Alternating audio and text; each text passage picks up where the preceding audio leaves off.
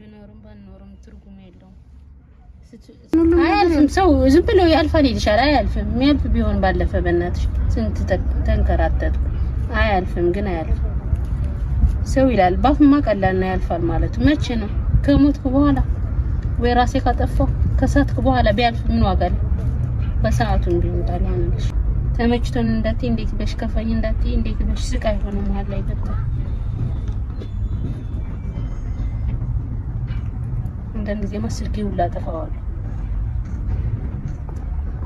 አይ እግዚአብሔር ምን ይስተመላልስ ይሸበት ነው መሰለኝ። በጣም ተመላለስኩ ግን አሰማ አንቺ ከሰው እንዳልተፈጠርሽ ተገለሽ።